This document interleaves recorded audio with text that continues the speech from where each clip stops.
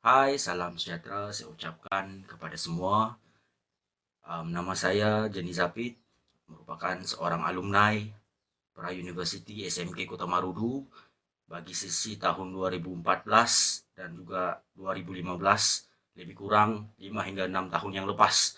Dan saya juga merupakan seorang pelajar asrama yang diterima tinggal di asrama ketika itu oleh mendiang Ayahanda Dalinsing. Belum masa saya ingin mengucapkan terima kasih kepada beliau karena memberikan kesempatan untuk saya tinggal di asrama selama 1 tahun setengah. Jadi hari ini saya diminta oleh Cikgu Yazid sebenarnya beberapa hari yang lepas dia ada WhatsApp saya, dia tag saya dekat WhatsApp, dia kata,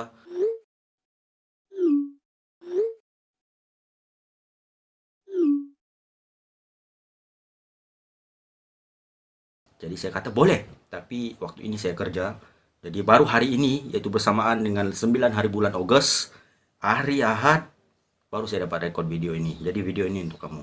Memandangkan Cikgu Yazid sendiri yang minta saya untuk bagi tips belajar ekonomi STPM penggal kedua. Jadi ini adalah 5 tips dari saya, Jenny Zapit.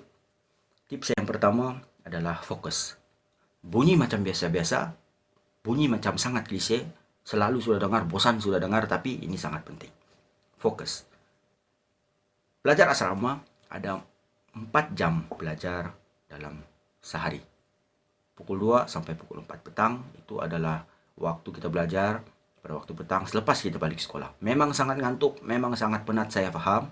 Tapi waktu saya dulu saya gunakan waktu pukul 2 sampai 4 petang untuk buat kerja rumah. Kerja rumah yang dibagi hari itu.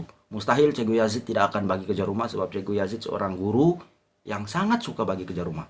Jadi mustahil kalau tidak kerja rumah. Buat kerja rumah. Belajar asrama ada waktu belajar pada waktu malam, yaitu pada 8 malam sampai 10 malam. 2 jam juga. Jadi waktu ini adalah waktu yang paling sesuai untuk kamu aplikasikan tips yang pertama tadi. Fokus. Untuk 15 menit pertama sampai 30 menit pertama, coba untuk fokus secara 100% terhadap apa yang kamu belajar hari itu.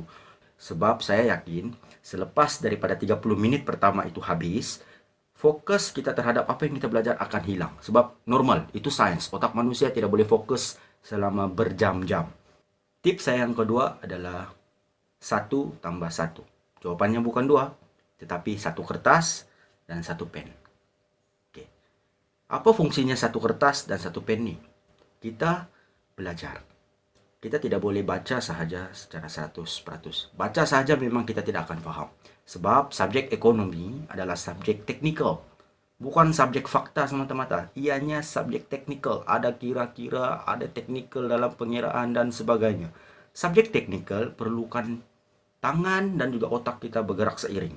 Jadi waktu itu, pegang sebatang pensel ataupun pen dan sekeping kertas, tulis dan buatlah.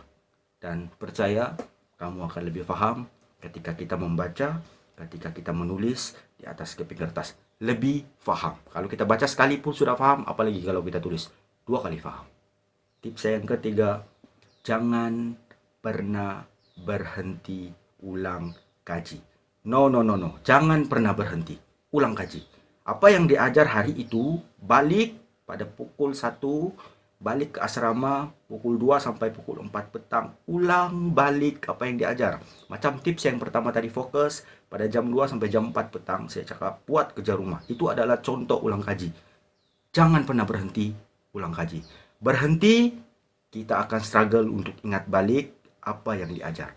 Untuk tips yang keempat dan tips yang kelima adalah tips khas Jenny Zapit. Itu tips yang saya gunakan daripada zaman saya belajar di tingkatan 6 tahun 2014 sampai tahun 2015, sehingga saya bawa tips itu untuk masuk ke university pun masih tetap berkesan juga untuk diri saya. Untuk diri kamu saya tidak tahu, tapi ini tips khas untuk saya. Tips yang keempat adalah biar ada daripada tiada. Biar sikit daripada kosong. Maksudnya, saya bukan jenis orang yang suka menghafal satu bab sekaligus. Bukan. Saya bukan juga seorang yang menghafal 2-3 fakta, 5 fakta sekaligus. Bukan. Saya adalah orang yang suka belajar satu-satu. Dan saya dapat kira setiap malam kadang-kadang saya cuma dapat 1 fakta yang saya paham. Waktu itu, saya belajar satu-satu. Bukan sebab saya slow learner, tetapi saya jenis orang yang Mahu faham, bukan mahu hafal. Dan tips yang kelima adalah bunyi itu terapi telinga. Maksudnya, saya jenis orang yang bila belajar, kena dengar lagu. Ada orang belajar dalam keadaan bising pun boleh dapat. Ada orang yang kena belajar 4 pagi, 5 pagi sebab sunyi. Dia baru boleh belajar, baru boleh masuk. Dia adalah orang yang belajar dalam keadaan yang sunyi. Tapi saya jenis orang yang suka dengar lagu waktu belajar. Sebab itu akan membuatkan saya lebih fokus, membuatkan saya lebih paham tentang apa yang saya belajar ketika itu. Dan tips yang keempat dan tips yang kelima tadi, saya bawa tips ini sampai ke pengajian di university. Dan hari ini saya baru sahaja menghabiskan ijazah sarjana muda pendidikan di Universiti Pendidikan Sultan Idris. Dengan dua tips itu sahaja, berbekalkan dua tips itu sahaja, saya mampu sampai ke sini dan habiskan pengajian di sini di UPSI. Itu sahaja daripada saya, Jenny Sapit.